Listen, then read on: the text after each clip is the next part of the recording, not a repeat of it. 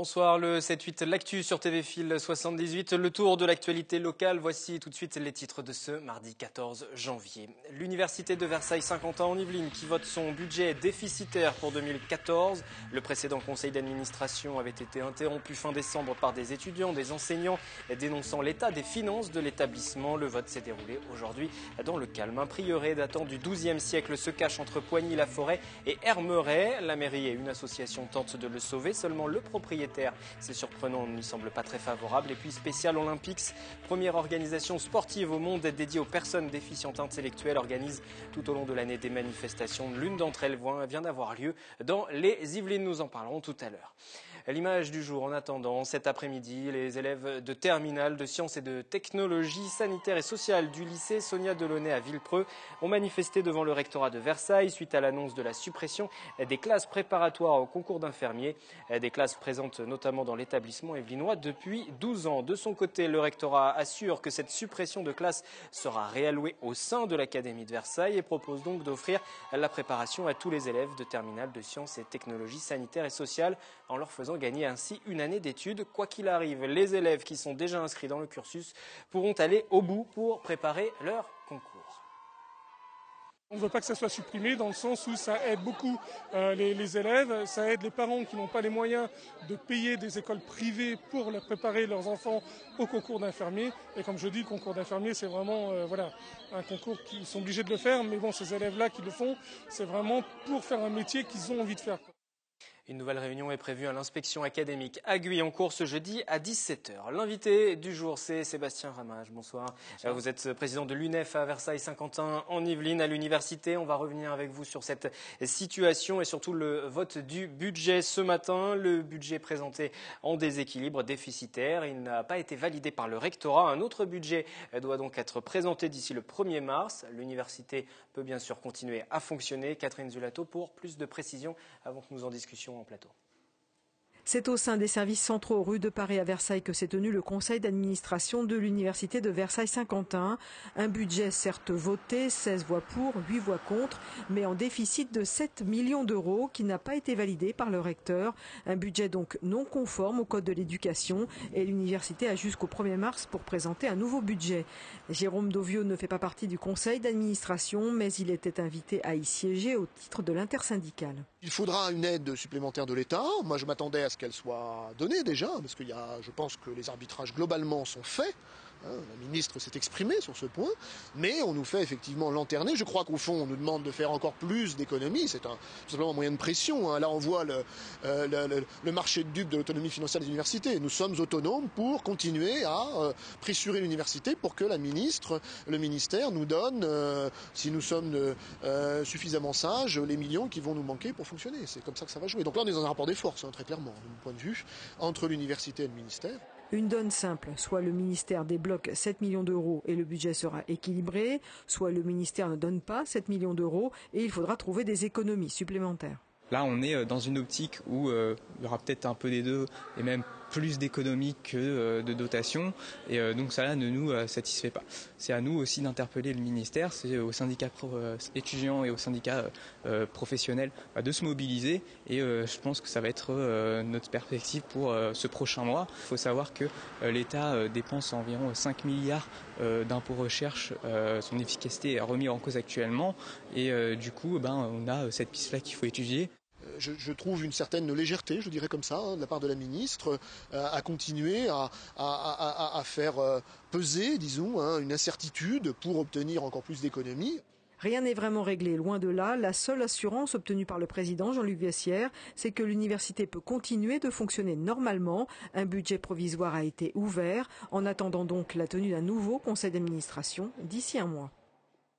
Avec l'invité du journal, nous allons continuer à évoquer ce dossier de l'université de Versailles-Saint-Quentin. Tout d'abord, votre réaction, on l'a entendu, le budget a été voté, il reste déficitaire. Votre avis, votre réaction aujourd'hui ? Alors nous, ça faisait partie d'une de nos revendications, c'est-à-dire que l'université, dans la mesure où elle n'a pas la capacité aujourd'hui de fonctionner correctement sans avoir à voter un budget en déficit, on demandait au président effectivement de voter ce budget illégal. Comme l'a dit Jérôme dans l'interview, ça pose un rapport de force vis-à-vis du ministère et donc c'est déjà une première avancée. Mais juste, il faut nuancer ce déficit parce que, ce budget déficitaire, il est aujourd'hui déficitaire de 5,2 millions d'euros sur un déficit total de 7 millions d'euros. Ça veut dire que tout de même, l'université consent une réduction, des restrictions budgétaires de 2 millions d'euros, ce qui correspond à 17 postes gelés, moins 10% de fonctionnement sur les composantes, etc., etc. Et donc ça pèse très lourd tout de même sur les conditions d'études des étudiants.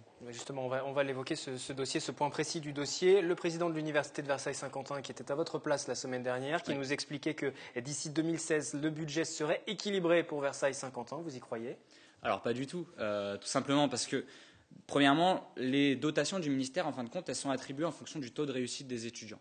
Et si demain, on consent à de nouvelles restrictions budgétaires, des nouvelles suppressions d'heures de cours, et bien tout simplement, ce même taux de réussite, il va chuter. Et donc, dans tous les cas, on n'arrivera pas à être à l'équilibre en 2017. Mais surtout, 5 millions d'euros d'économies, ça correspond à la suppression totale de toutes les heures complémentaires qu'il y a à l'université. Ça correspond au gel de postes jusqu'en 2017. Et donc, on se rend bien compte que ce n'est pas une situation qui est tenable, surtout dans la mesure où, aujourd'hui, le ministère n'annonce pas des nouvelles dotations pour l'UVSQ. Et donc, si le ministère ne consent pas à un investissement supplémentaire dans l'UVSQ, l'université ne pourra tout simplement pas s'en sortir. Ce que vous souhaitez aujourd'hui, avec ce budget déficitaire qui a été voté, c'est de mettre la pression sur le gouvernement, sur le ministère, de dire aujourd'hui, il faut une dotation plus élevée. C'est dans ce sens-là que vous allez vous mobiliser dans les prochaines semaines, prochains mois ? Oui, clairement. Là, déjà, nous, ce qu'on voulait depuis le début du mouvement, c'est que l'université soit à notre côté dans ces revendications-là. Bon, elle a donné un bon geste en votant un budget déficitaire, mais il reste encore beaucoup à faire. Et en ce qui concerne le ministère, il est évident que la situation du financement de l'UVSQ et plus largement de l'enseignement supérieur en France, elle est plus tenable. Parce qu'on fait des choix, l'argent il y en a pour investir dans l'enseignement supérieur, mais on fait des choix qui ne sont pas forcément au service de la formation et de la réussite des étudiants, mais des choix qui sont élitistes, soit investis avec le crédit impôt recherche, Thibault en parlait tout à l'heure, 5 milliards d'euros par an tout de même ce crédit impôt recherche, ou investis dans des entreprises sans contrepartie, 20 milliards d'euros pour le CICE, quand nous, à l'UNEF, on demande simplement pour les quelques années à venir 370 millions d'euros, ce qui n'est pas énorme, pour au moins sortir les universités de la situation dans laquelle elles sont aujourd'hui. 370 millions à comparer aux milliards investis dans le crédit impôt recherche ou encore dans les investissements d'avenir. Juste une précision, vous avez bien précisé que vous apparteniez à l'UNEF, je rappelle que vous en êtes le président à Versailles-Saint-Quentin. On avait aussi évoqué sur ce plateau avec d'autres représentants une union avec l'UNI, qui est l'organisation syndicale plutôt de droite à l'université. Est-ce qu'aujourd'hui c'est l'union sacrée justement autour de cette défense de l'université ?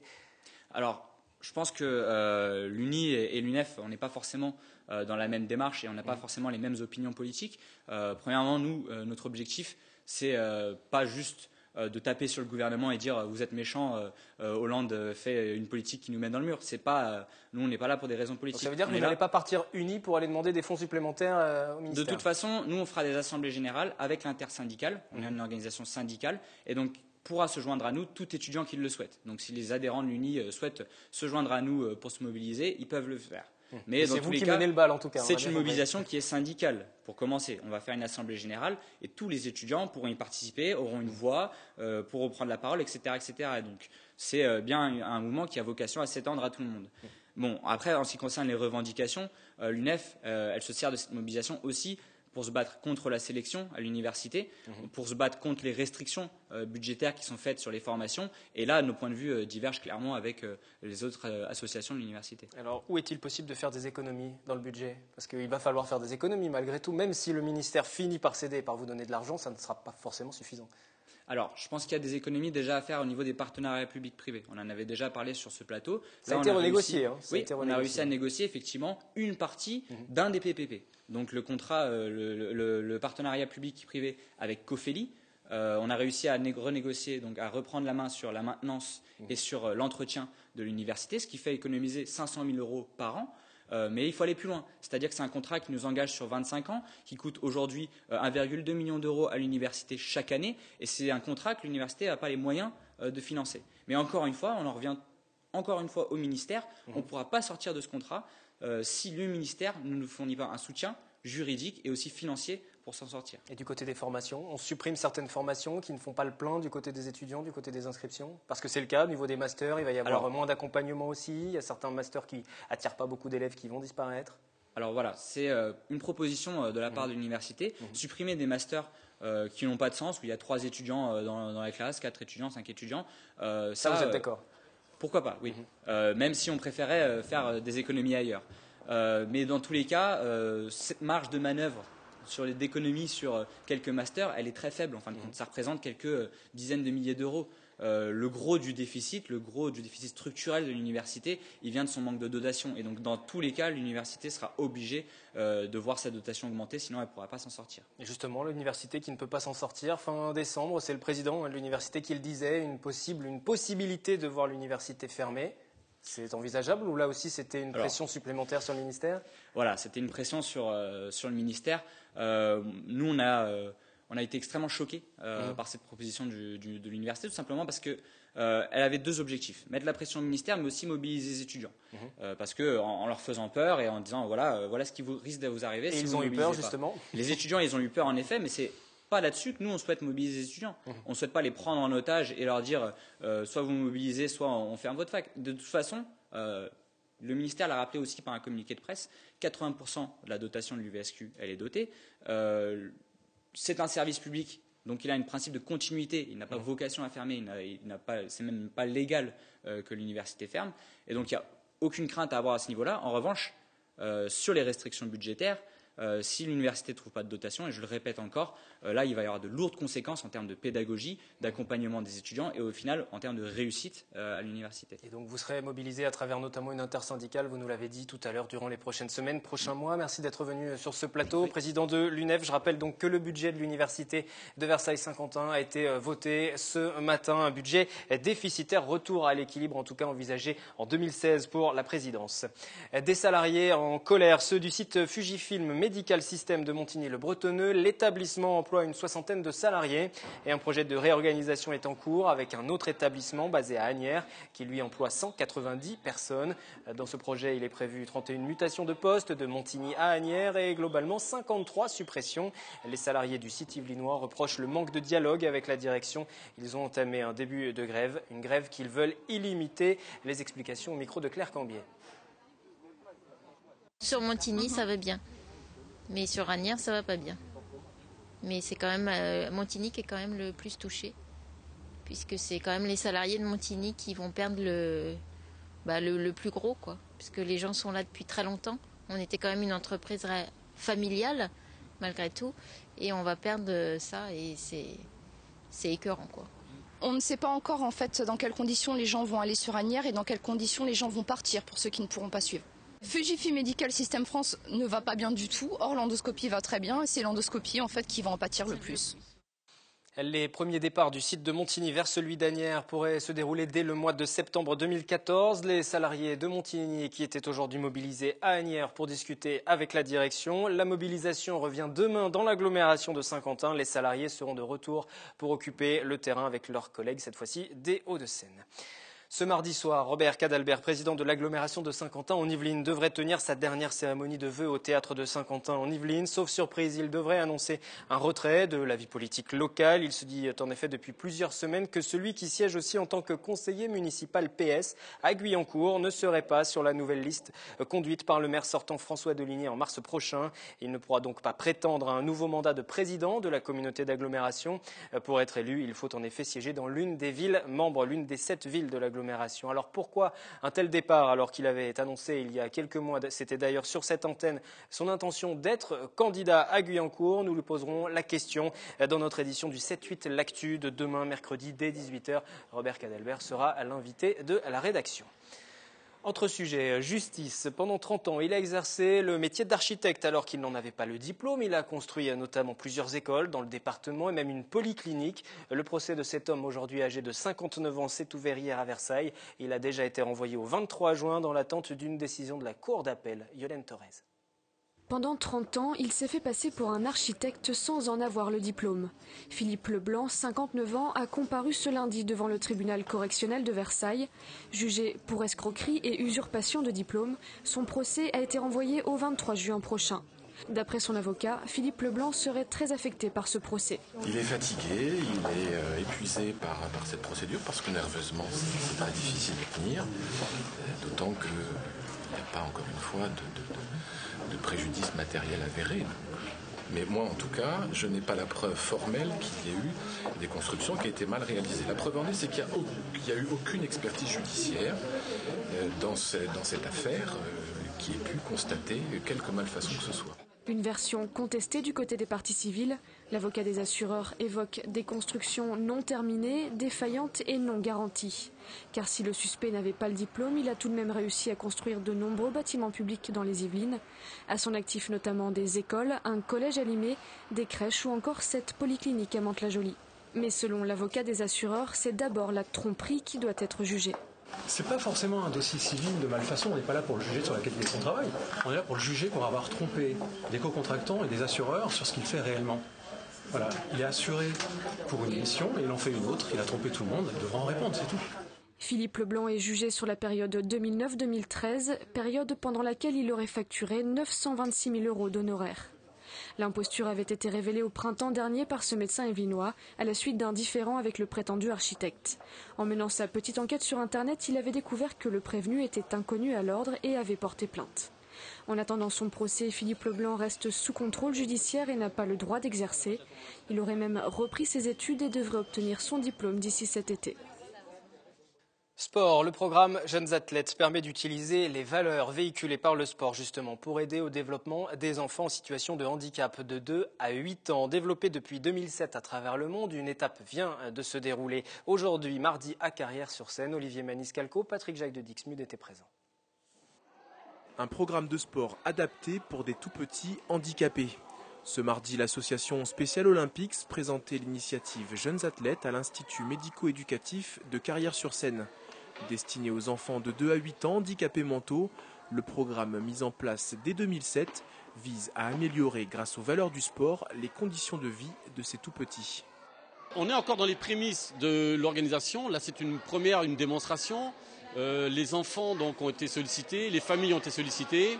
L'objectif, c'est de les réunir, avoir du personnel qui est mis à contribution et d'organiser une séance d'activité sur la base d'activités motrices, avec des parcours, des choses à escalader et des choses qui sont totalement adaptées à leur niveau et à leur âge. Développer la motricité, dépasser les craintes, confronter les enfants à différents milieux et leur faire gagner en confiance, beaucoup d'objectifs sont visés à travers ces ateliers accompagnés d'éducateurs spécialisés. Autre objectif primordial pour l'association, mixer enfants valides et non valides dès le plus jeune âge afin de les faire grandir ensemble, plus tolérants face à la différence que représente le handicap. Je pense que c'est important pour nos enfants handicapés, mais c'est très important pour les enfants valides, pour plus tard, pour leur éducation, pour leur acceptation de l'autre, leur compréhension. Et je trouve que aujourd'hui en France, on est dans un pays où le handicap n'est pas forcément très bien accepté, et je trouve que ces projets pour les petits valides leur permettront plus tard de mieux accepter la différence. Prendre en charge les enfants pour faire souffler des parents fatigués fait aussi partie du programme Jeunes Athlètes, un programme qui avait déjà bénéficié à près de 95 000 enfants à travers le monde en 2011. L'objectif est d'en faire profiter 100 000 d'ici 2015. Patrimoine, les bois de Poigny et la forêt qui cachent un véritable trésor du XIIe siècle qui risque de s'effondrer à tout moment. La mairie et une association Sauvons les Moulineaux se mobilisent. Anthony Reich. À quelques kilomètres de Poigny-la-Forêt, derrière la végétation, se cachent les ruines d'une ancienne abbaye. Et le plus surprenant se trouve à l'intérieur, dans le cœur des Moulineaux. La voûte est quasiment restée intacte, comme si elle voulait résister au temps. Mais pour toute rénovation, l'accord du propriétaire, qui n'a pas répondu à nos sollicitations, est indispensable. Pourtant, l'association et la mairie de Poigny-la-Forêt ont tenté à plusieurs reprises de trouver un terrain d'entente. On lui a fait des propositions, on lui a fait une proposition de délégation de maîtrise d'ouvrage finalement sous forme de bail emphytéotique, ce qu'il n'a pas donné suite. On lui a fait une proposition de rachat de la parcelle de 3 hectares qui englobe le prieuré. Il n'a pas donné suite et pour l'instant il fait le mort. Mais à tout moment la porte reste ouverte, c'est-à-dire que nous, notre souhait le plus profond, c'est de faire du propriétaire un allié. Les Moulineaux sont un des rares témoignages de l'ordre religieux de Grandmont qui aurait occupé le site au XIIe siècle et surtout Une bibliothèque à ciel ouvert dont beaucoup d'histoires sont encore à découvrir. L'association a donc écrit au ministère de la Culture et au préfet de région afin de faire protéger le site grâce au label Monument historique. Suite aux sollicitations, la direction régionale des affaires culturelles doit prochainement formuler un avis préalable à la déclaration de statut de protection d'urgence. Ça nous donne 1 an, c'est pas grand-chose, mais pendant cette année, la procédure de classement, elle, continuera à avancer et on espère que cette procédure de classement, vu la protection d'urgence qui aura été mise sur le site, pourra donner lieu à une signature du préfet de région. Une pétition vient d'être lancée sur Internet. Une nouvelle réunion est prévue le 27 janvier avec le sous-préfet, le ministère de la Culture et le propriétaire. Le cheval, meilleur compagnon de l'homme, mais aussi partenaire thérapeutique idéal. L'équithérapie complémentaire aux soins médicaux se développe, bien que ce soit une pratique peu conventionnelle. Comment se déroule une séance? Le reportage de Yolène Torres. Avant de prendre la direction du manège, l'heure est à la préparation des chevaux. Depuis plus de 2 ans, ces adolescents montent à cheval ici chaque semaine. Allez, vas-y mon gars. Ils font partie de l'institut médico-éducatif Le Castel à Gazeran. Celui-ci accueille une 50aine de personnes handicapées, dont ces 3 jeunes autistes. Pour eux, cette sortie n'est pas une simple séance d'équitation, on parle d'équithérapie. Là, on recherche vraiment par l'équithérapie le contact avec le cheval et qu'ils se sentent plus à l'aise et qu'ils arrivent un peu à évoluer en autonomie. Ouais, super Yann. Tu prends le cerceau. Très bien Yann. Stéphane, leur éducateur, a pu voir l'évolution de chacun d'entre eux. Au départ, Yanis avait besoin de 2 personnes à ses côtés pour rester en équilibre. Aujourd'hui, il se tient seul sur le cheval. Cette séance, c'est aussi pour ces jeunes autistes une véritable bouffée d'oxygène. C'est des jeunes normalement qui ont des difficultés de comportement, qui ont des comportements inadaptés et qu'on a toujours un petit peu tendance à pas trop sortir. Avant tout, c'est une activité qui leur fait plaisir parce que c'est des jeunes qui ont besoin de stimulation. Ces adolescents seraient très sensibles aux chevaux et noueraient même une relation fusionnelle avec eux. Le moniteur est d'ailleurs très surpris. Luna, un de ses chevaux, est beaucoup plus calme en leur compagnie. On la donne à Hadji les yeux fermés alors que c'est une jument qui est assez caractérielle en règle générale. Et ça, on voit vraiment le changement de comportement d'une personne à l'autre et encore plus avec des autistes comme eux.